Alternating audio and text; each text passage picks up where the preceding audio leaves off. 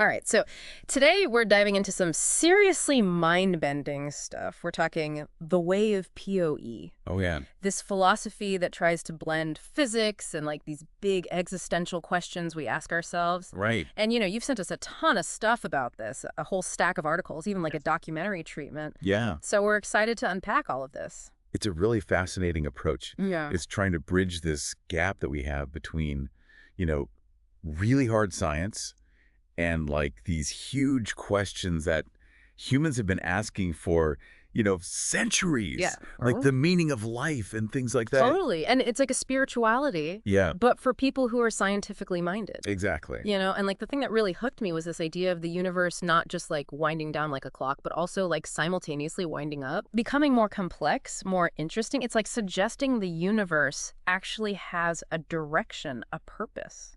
Yeah, that's the core of it. It challenges this classic idea of entropy, Okay. that everything's, moving toward disorder. They say that's only half the picture, that Yeah. there's this other force at play, and they call it synergy, Okay. and that's what's pulling the universe towards, greater complexity and organization.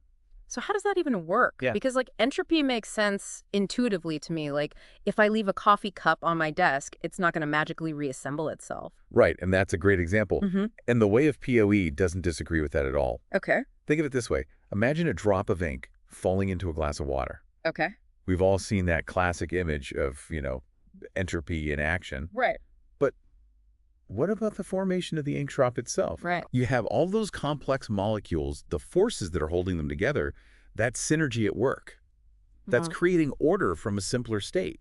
So it's not that entropy is wrong, it's just that this other force synergy is also playing a part. Exactly. It's like a cosmic tug of war Yes. where they're both winning. Exactly. And that's where it gets really interesting because the Way of POE takes this a step further. Okay. And they ask, what if this drive towards complexity, towards life, even consciousness? Yeah. What if that's not just a coincidence? You mean like it's intentional? Well, Like But- the universe wants to become more alive? intentional might be a strong word, but they're proposing that the universe might be fundamentally inclined towards those outcomes, Okay. toward life, toward consciousness. Yeah. And they point to something called the anthropic principle. Right. The anthropic principle I've heard of, that's like the idea that the universe seems tailor-made for life as we know it. Exactly. Like all the physical constants, gravity, the speed of light, like if any of those were even just a tiny bit Yeah, different, stars and planets and life itself couldn't even exist. exactly. It's as if we won the cosmic lottery just by being here. Right. So the odds against it are astronomical. Totally. So what are they saying? What are they suggesting is like this fine-tuning for us for life? Well, this is where things get really interesting. Okay. This is where we start getting into quantum mechanics. All right, Kimmy, I'm ready. So they draw upon the work of physicist John Wheeler, Okay. and he proposed that the universe isn't just a passive stage, it's more like a giant feedback loop, where observation actually shapes reality. Hold on. Like our human observation. Yeah, like we have a hand in creating the universe just by looking at it. In a way, yes. Yeah. Yeah, this all stems from the observer effect in quantum mechanics, Right. which suggests that at the subatomic level, the act of observing something actually influences its state. Okay. And Wheeler thought that this applied on a cosmic scale, too. Wow. He believed that consciousness, that observation, plays a crucial role in the universe coming into being, even affecting the past. Whoa, affecting the past. That's like some serious time travel stuff. I know, it sounds incredible, right? Yeah. To illustrate this concept, he proposed this thought experiment called the delayed choice experiment. Okay. And it involves a quasar that's billions of light years away and a couple of galaxies that act as cosmic magnifying glasses. Okay. And, well, it gets pretty wild. All right, you've piqued my interest. Let's hear it. Okay, so Unpack this cosmic thought experiment for us. Okay, so we're talking quasars and galaxies and light bending around other galaxies. Yeah. This is already stretching my brain a little bit, but I think I'm with you so far. it's a mind bender for sure.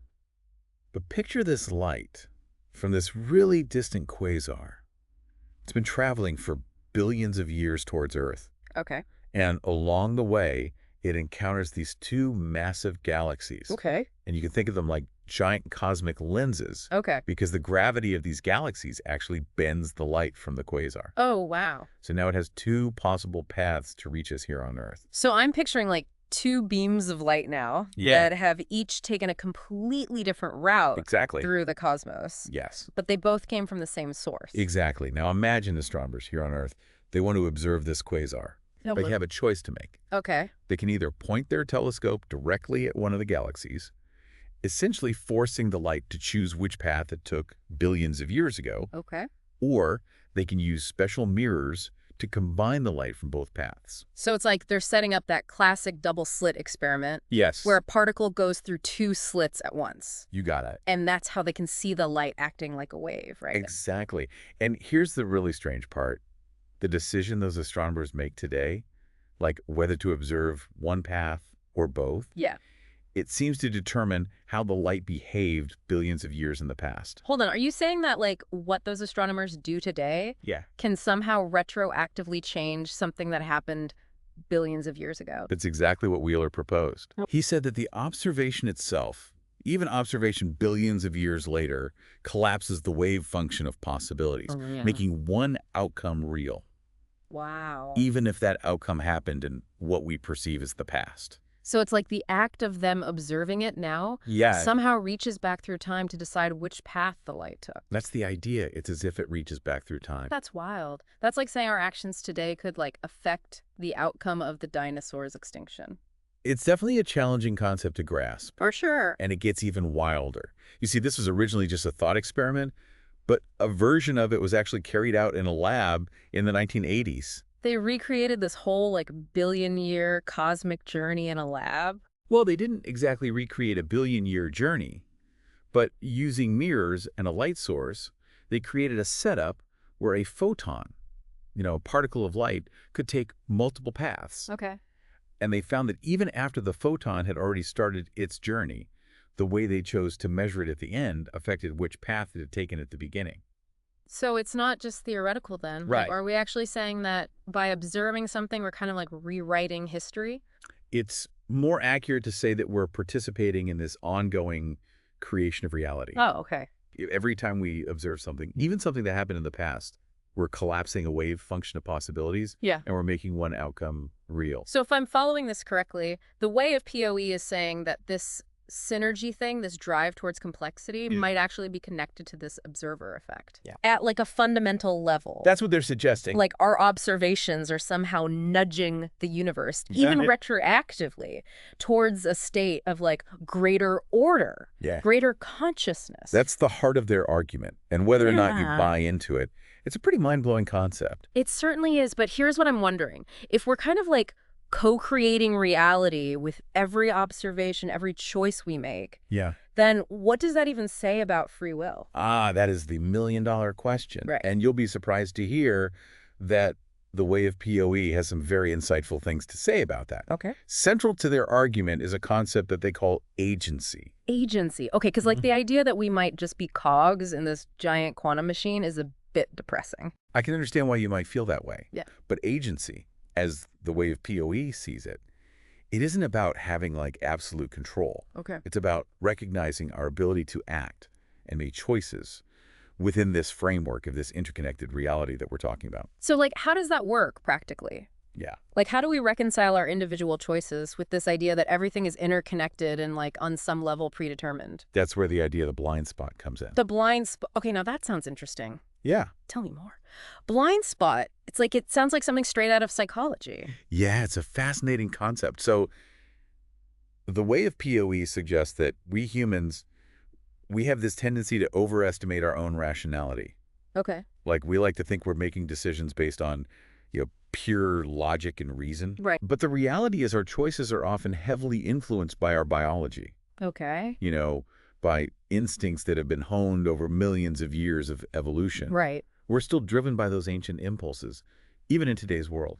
So those fight or flight instincts are still kicking in even when we're just trying to decide what to have for dinner. Exactly. And this blind spot, this gap between how rational we think we are and how much of our behavior is actually driven by instinct. Yeah. That can sometimes lead us to make choices that aren't in our best interest, either individually or as a species. So how do we overcome that? Right. Like, how do we make choices that align with this greater cosmic drive towards synergy, Yeah, even when our, like, ancient lizard brain is whispering otherwise? that's a great question. Yeah. That's where the way of PoE gets really interesting because they propose a kind of moral compass Okay. based on the principles of entropy and synergy. So a moral compass guided by physics. Think of it more like a framework for evaluating our actions. Okay. So the way of PoE suggests that when you're faced with a choice, you ask yourself, Okay. will this action contribute to greater order, greater interconnectedness, greater synergy? Okay. Or will it lead to more chaos and fragmentation, more entropy? So if I choose to spend an extra 5 minutes untangling a plastic bag instead of just like balling it up and throwing it in the trash, Exactly. that's a win for synergy. That's a perfect example. Okay, cool. So where is this all leading then? Yeah. Like if the universe is constantly evolving, becoming more complex, what's the end game? Well, they have another mind-blowing concept for that. They call it the omega point. The omega point, lay it on me. Imagine this a point in the distant future where the universe achieves this state of maximum complexity, Okay. maximum interconnectedness, like an ultimate unity of consciousness. So like everyone and everything just merges into one giant cosmic brain. It's a very abstract concept. There's Yeah. no like single agreed upon definition, Okay. but the core idea is that the universe isn't just expanding outward, it's also evolving inward toward greater unity. Okay.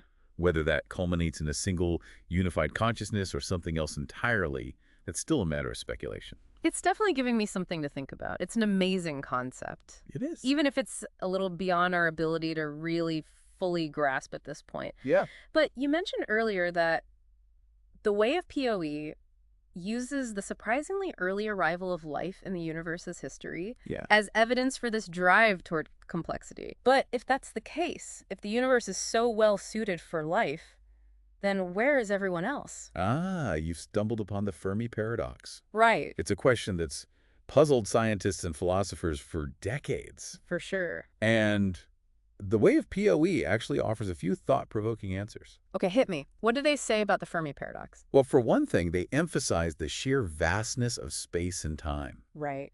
I mean, the universe is mind-bogglingly huge. It really is. Even if other civilizations do exist, the odds of us encountering them, given these immense distances and the limited time that we've been searching, Right. are incredibly slim. It's like trying to find a needle in the biggest haystack imaginable. Exactly. And even if we do pick up a signal from another civilization, there's no guarantee that they'll be at a similar stage of technological development. Right, we could be receiving a message from a civilization that's already gone. Exactly. Or we could be sending out signals that no one will receive for thousands of years. Precisely. But the way of PoE also proposes another more radical possibility. Okay. They suggest that the emergence of symbolic consciousness, the kind that allows us to reflect on our own existence to create art and music and technology, Yeah. that might be an incredibly rare event, perhaps even unique to Earth, at least in our observable universe. So not only have we won the cosmic lottery by existing at all in a universe that seems fine-tuned for life, but we might be the only ones who can even appreciate it. It's a humbling thought, isn't it? Yeah. And if it's true, it puts a whole new spin on this idea of responsibility. Right, like if we're the Right. only ones calling the shots. Yeah, if we're truly unique, if we're the only ones who are capable of shaping the future of consciousness in the universe, then we have an even greater obligation to make choices that contribute to greater synergy, Yeah. to a more compassionate, more harmonious existence. It's a lot to take in, but I have to admit there's something exciting about it too. I agree. It's humbling and empowering at the same time. That's the beauty of the way of PoE. Yeah. It doesn't offer easy answers, but it gives us this new framework for thinking about our place in the universe, about our purpose, about the choices we make every day. It really encourages us to think bigger, to act more consciously, and Yeah. to approach the future with a sense of wonder and possibility. I think that's what the way of PoE is all about, recognizing that we're not just passive passengers on this cosmic journey, we're active participants. Right. And we have the power to shape our own destiny and perhaps even the destiny of the universe itself. It's an incredible idea. And on that note, I think it's time to bring this deep dive to a close, but the conversation doesn't have to end here if you're intrigued by the way of PoE, if this has sparked your own cosmic curiosity. Definitely. We encourage you to check out the source material. Keep exploring these big questions. Who knows what amazing insights you might uncover.